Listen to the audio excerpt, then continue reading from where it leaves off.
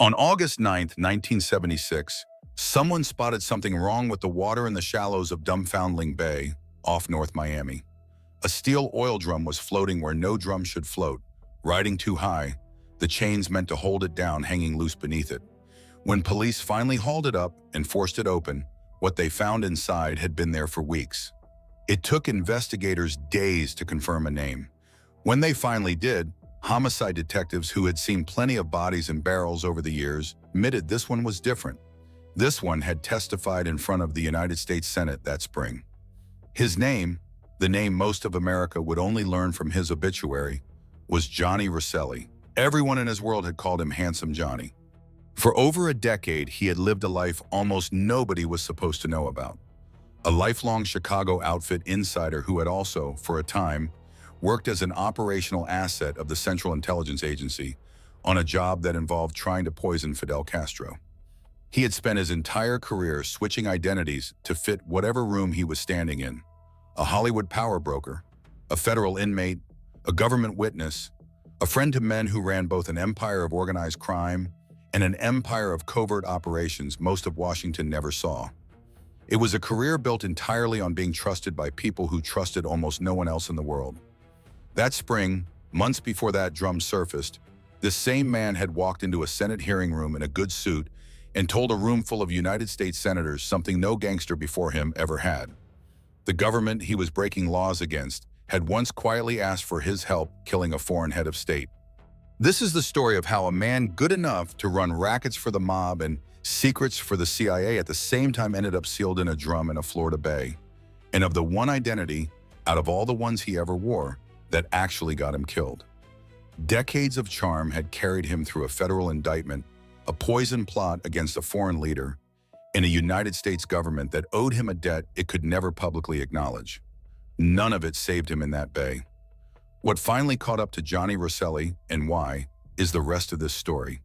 He wasn't born Johnny Rosselli at all. He was born Filippo Sacco on July 4th, 1905, in the small Italian town of Esperia, southeast of Rome, the son of Vincenzo and Maria Antonia Sacco. His father crossed the Atlantic first, the way so many men from that region did, and sent for the rest of the family once he'd found work in Boston. Filippo was around 6 years old when he and his mother made the crossing to join him. His father died in 1918, likely in the same influenza epidemic that was killing tens of thousands of Americans that year, and the family that Vincenzo had built in a new country came apart almost immediately. His mother remarried a man with his own criminal entanglements. By one account, a house fire set for the insurance money. Filippo dropped out of school and started running errands for the small-time gangsters working the streets around Maverick Square.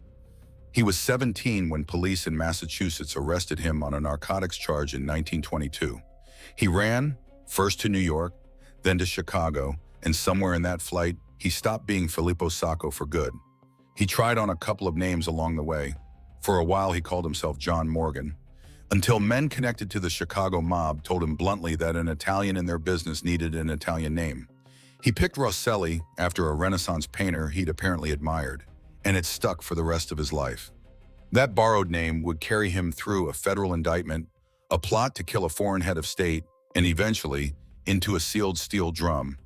But on the day he chose it, it was just a way to stop being a wanted 17-year-old with a drug charge attached to his real one. Chicago in the 1920s belonged to Johnny Torrio and then to Al Capone, and the newly christened Johnny Rosselli found his way into that orbit fast, working the bootlegging trade that built the outfit's fortune during Prohibition. A 1924 conviction under yet another version of his name, James Rosselli, is the first hard record of him in the underworld ledger. Within a few years, the outfit shipped him west to Los Angeles, officially for his health. Persistent lung trouble that the California climate was supposed to ease, but also because a young, well-mannered, sharply dressed operator was exactly what Chicago needed planted on the other coast. He fell in with a bootlegger named Tony Cornero, then with the man who actually ran the Los Angeles underworld, Jack Dragna. And here is where Rosselli's specific talent became clear. Dragna was territorial, connected, and violent when he needed to be, but he had no real foothold in the one industry that made Los Angeles worth owning, and no patience for the kind of slow, sociable relationship building that industry required. Rosselli had exactly that patience. He could sit across a table from a studio executive in a good suit and make the man feel like he was doing business with a peer, not being shaken down by a gangster. And he was willing to spend years cultivating that impression before it ever paid off. Chicago never had to fight Dragna for a piece of Los Angeles and eventually Las Vegas. Rosselli simply built a door out of charm and patience and let the outfit walk through it at its leisure, decade after decade, without a single headline or a single body to show for it. The nickname Handsome Johnny wasn't ironic.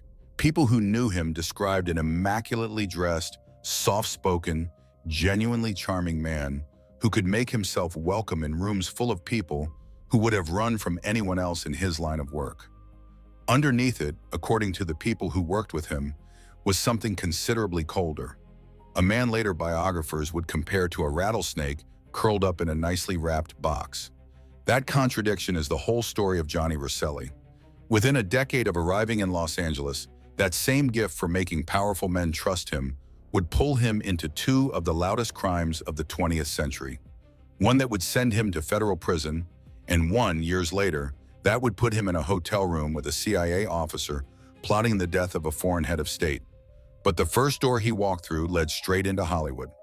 By 1934, the Chicago outfit, under boss Frank Nitti, had worked out a formula for turning the movie business into a captive revenue stream, and it ran through the union that controlled every projectionist and stagehand in the country, the International Alliance of Theatrical Stage Employees.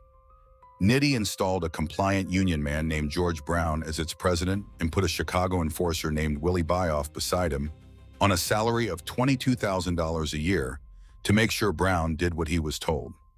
Rosselli was the outfit's man on the ground in Hollywood, the one who kept the arrangement running smoothly and kept Chicago informed, cultivating real relationships with studio leadership, including Columbia Pictures boss Harry Cohn, the kind of access that made him invaluable and made the whole scheme possible in the first place.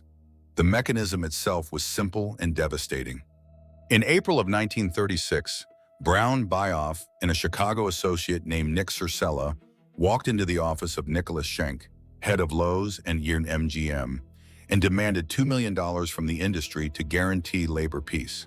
They settled for $1 million a year, $50,000 each from Fox, Warner Brothers, MGM, and Paramount, $25,000 each from RKO and Columbia. The leverage behind the number was total. A projectionist strike could black out every movie theater in the country at once, and no studio wanted to find out what that would cost them. For several years, it worked exactly as designed, quietly without a single studio head willing to be the one who called the bluff. Byoff and Brown handled the threats. Rosselli handled the relationships, and that division of labor was the entire reason the scheme survived as long as it did. He was a regular presence at the restaurants and private card games where studio executives actually spent their evenings, a familiar face who never raised his voice and never mentioned the union by name unless someone else brought it up first. Harry Cohn treated him less like an extortionist and more like a business contact worth keeping close, which was exactly the arrangement Chicago wanted. Not a knife pressed to the industry's throat, but a friendly, well-dressed reminder of what would happen if the payment stopped. It came apart in public, in the way these things usually do, through a reporter. On November 22, 1939, syndicated columnist Westbrook Pegler, working from tips inside a dissident faction of the Union, published the fact that Willie Byoff had a prior conviction for pandering back in Chicago in 1922. The story he later built from that thread won him a Pulitzer Prize, and it set off exactly the kind of pressure the outfit had spent years trying to avoid. Byoff and Brown were tried and convicted on racketeering and extortion charges in 1941. Byoff got 10 years, Brown got 8. And in 1943, facing decades behind bars, Byoff flipped. He told a federal grand jury everything, including the names of the Chicago bosses who had really been running the operation. Frank Nitti, learning an indictment naming him was coming, walked out along a railroad embankment near his home on March 19, 1943, and took his own life rather than go back to prison. The trial that followed opened in federal court in New York that October, and on December 22, 1943, a jury convicted 7 men of conspiring to extort more than $1 million from the movie industry, Paul Rica, Louis Campagna, Johnny Rosselli, Phil D'Andrea, Charles Joe, Frank Maritotti, and a Newark Union official named Louis Kaufman. A week later, Judge John Bright sentenced the 6 Chicago men to 10 years apiece and Kaufman to 7, plus $10,000 fines across the board. For the first time in his career, Handsome Johnny's charm had run into something it couldn't talk its way around: a federal prison sentence. Or so it seemed, and for a career criminal, 10 years in a federal penitentiary was supposed to be the end of the story, the point where a man's usefulness to powerful friends quietly runs out. What happened next is one of the strangest footnotes in the history of American parole. On August 6, 1947, the 6 men filed for release. A 3-member federal parole board, 2 of its members personally appointed by United States Attorney General Tom Clark, approved it 5 days later. By August 13th, less than 3.5 years into 10-year sentences, all 6 were free men, walking out with almost no public notice. The judge who'd sentenced them and the prosecutor who tried them, Boris Kostelanets, both objected on the record. 2 attorneys, Paul Dillon and Maury Hughes, had lobbied hard behind the scenes. Hughes was a personal friend of Clark's, with a direct line to the Attorney General himself. A separate mail fraud case against the group was quietly dropped in the same window, and an outstanding tax penalty was cut from $600,000 down to $126,000. When the arrangement became public, it triggered a congressional investigation led by Representatives Fred Busby and Claire Hoffman that ran for the better part of a year, pulled in more than 50 witnesses, and had FBI agents interviewing something like 275 people. An inquiry so pointed that when Tom Clark was nominated to the Supreme Court 2 years later, a major Chicago newspaper openly called for his impeachment instead. No one ever proved Clark personally took a bribe. But a new parole board did try to revoke the release in 1948, and outfit lawyers spent the appeals process making sure not one of the 6 men ever set foot back in a cell. It's worth sitting with what that means. Johnny Rosselli did not just survive a federal extortion conviction. He walked out of it faster than almost anyone in American history has walked out of a 10-year sentence. And the machinery that got him there reached directly into the office of the United States Attorney General.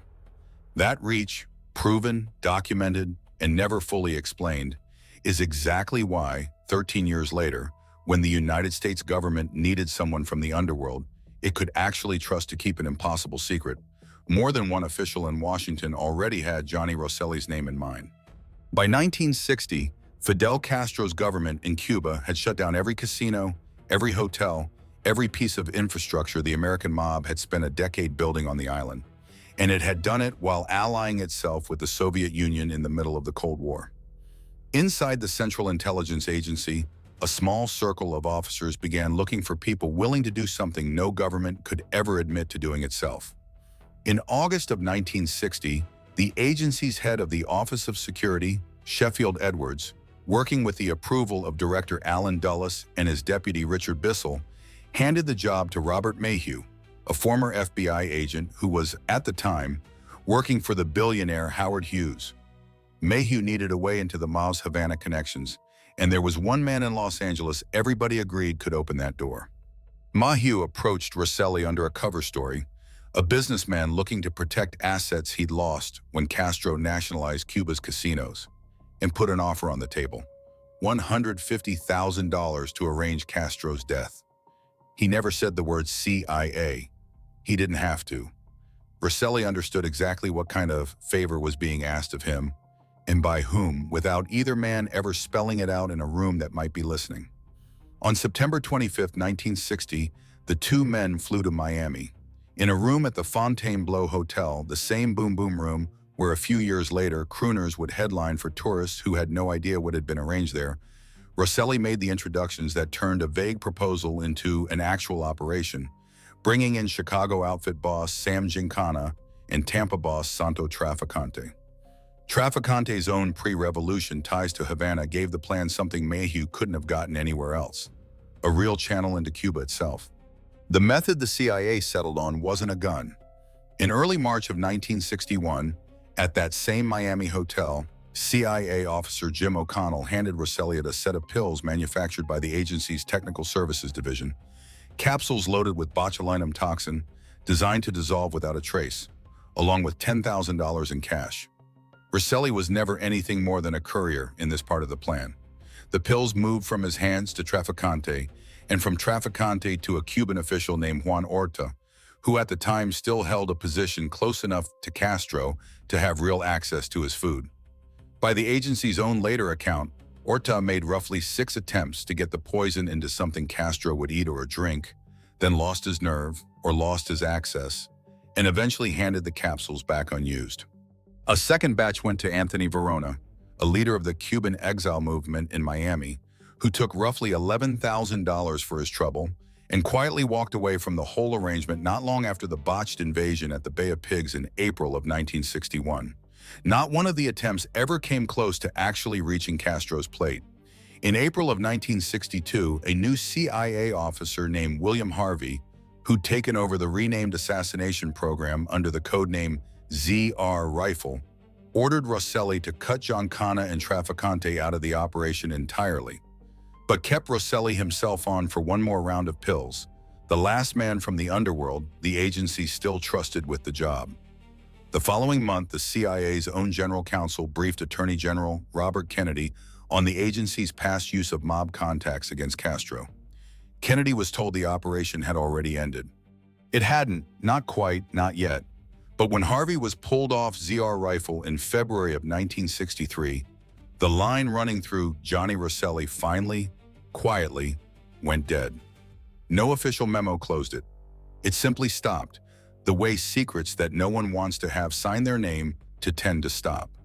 For a while, it looked like Rosselli had once again talked his way through the middle of something enormous and come out clean on the other side, connected now not just to Chicago and Hollywood, but to men inside the United States government who owed him a debt they could never publicly acknowledge. But the thing that finally cornered Johnny Rosselli wasn't the mob, and it wasn't the CIA. It was the Immigration and Naturalization Service. Since the mid-1960s, federal immigration officials had been quietly building a deportation case against him, working backward through decades of aliases and forged paperwork until they reached the one document that had never existed, a legitimate American citizenship for Filippo Sacco. What they eventually uncovered was the one secret Rosselli had guarded longer than any other, longer than any mob business he'd ever handled. He wasn't a citizen. He never had been. He had spent nearly his entire adult life in the United States under a stolen identity, with no valid immigration status behind it, in an era when a federal extortion conviction and 2 prison terms should already have made that impossible to hide. In 1968, he was convicted of being in the country illegally and ordered deported. There was just one problem the government hadn't planned for. Italy, the country of his actual birth, refused to take him back. Johnny Rosselli was left in a kind of legal limbo that neither the outfit's lawyers nor a lifetime of Washington connections could talk him out of. A man with nowhere to be deported to, permanently exposed to prosecution, and, for the first time in his life, genuinely out of leverage. Every studio boss, every parole board, every CIA officer he'd ever charmed had wanted something from him he could actually deliver. Immigration wanted him to simply not exist, and that was the one trick even handsome Johnny couldn't perform. Except for one thing, he knew exactly what the CIA had asked him to help do in 1960, and exactly who else in Washington had known about it. On June 24, 1975, and again that September, Johnny Rosselli sat in a closed hearing room on Capitol Hill before the Senate's Church Committee and became the first person from organized crime to publicly confirm, under oath, that the Central Intelligence Agency had recruited the American Mafia to try to assassinate a foreign head of state. He described the recruitment through reHe, the meeting that brought in Giancana and Trafficante, the poison plan, and its collapse around the failed invasion at the Bay of Pigs, a career gangster explaining to United States senators, calmly and in detail, how his own government had once needed men like him. The committee's own investigators later concluded, in plain language, that his sudden willingness to talk lined up awfully closely with his need for federal protection from deportation and prosecution, testimony as a form of leverage he had never had before. The man who had personally introduced him to Trafficante at that hotel in Miami never got the chance to give his own account. Sam Giancana was murdered in June of 1975, the night before he was scheduled to testify to that same committee. Johnny Rosselli walked into the hearing room his old associate never reached, and testified anyway. He was called back once more on April 23, 1976, this time to answer questions about something far more explosive: whether Cuban retaliation for the assassination plots could somehow be connected to the murder of President Kennedy. Rosselli offered a theory that Castro might have redirected an assassin originally meant for him toward Kennedy instead. When the House Select Committee on Assassinations investigated that claim years later, in 1979, it concluded the story looked like Rosselli's own invention. Self-serving testimony from a man with every incentive to make himself sound too valuable, too connected, and too dangerous to touch. The committee found no real evidence tying the Castro plots to Kennedy's death at all. But by then, the story itself had already done its damage. Whatever Johnny Rosselli's testimony was actually worth, plenty of dangerous people now believed he'd said too much.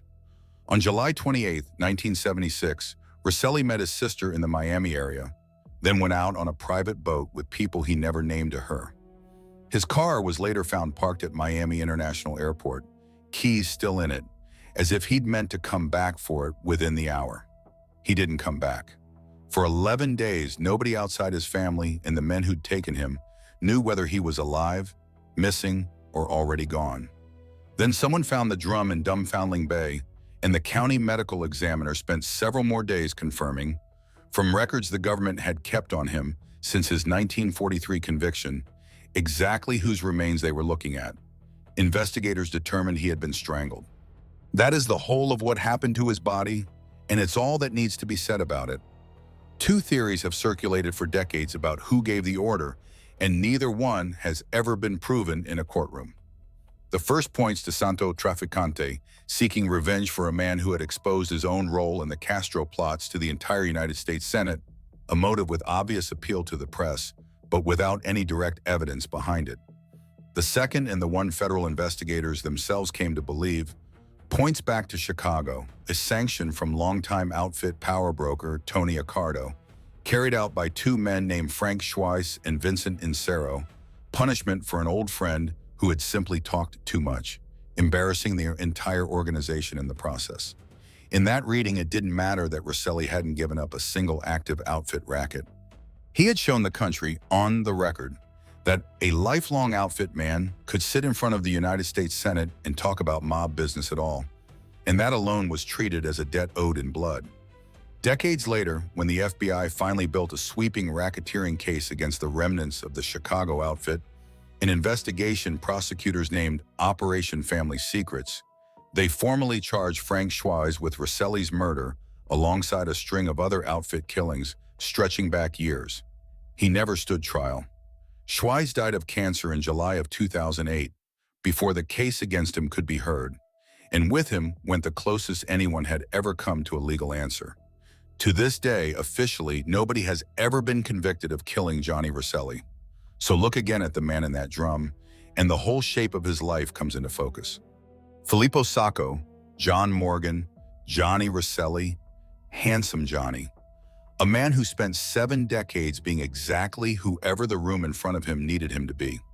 He talked studio moguls into paying protection money without ever raising his voice.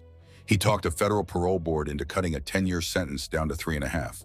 He talked his way into a hotel room with a CIA officer planning to kill a head of state, and he talked his way out of the consequences of that for 15 years afterward. Every single time, the identity he wore fit the room perfectly, and every single time it worked. The one government office he could never talk his way past was immigration, the one that wanted nothing from him except the truth about who he'd actually been all along. And the one time in his life he tried to fight that by telling a different truth, testifying on the record in front of the United States Senate about the government's own darkest secret. It cost him everything. Not the mob business he'd spent a lifetime protecting, the talking itself. Whoever finally decided Johnny Rosselli had said too much made sure he would never get the chance to explain himself again. Santo Trafficante, the man both theories keep circling back to, walked away from all of it. Never charged, never seriously investigated for a killing that happened almost in his own backyard, and he took whatever he actually knew about that summer to his own grave years later.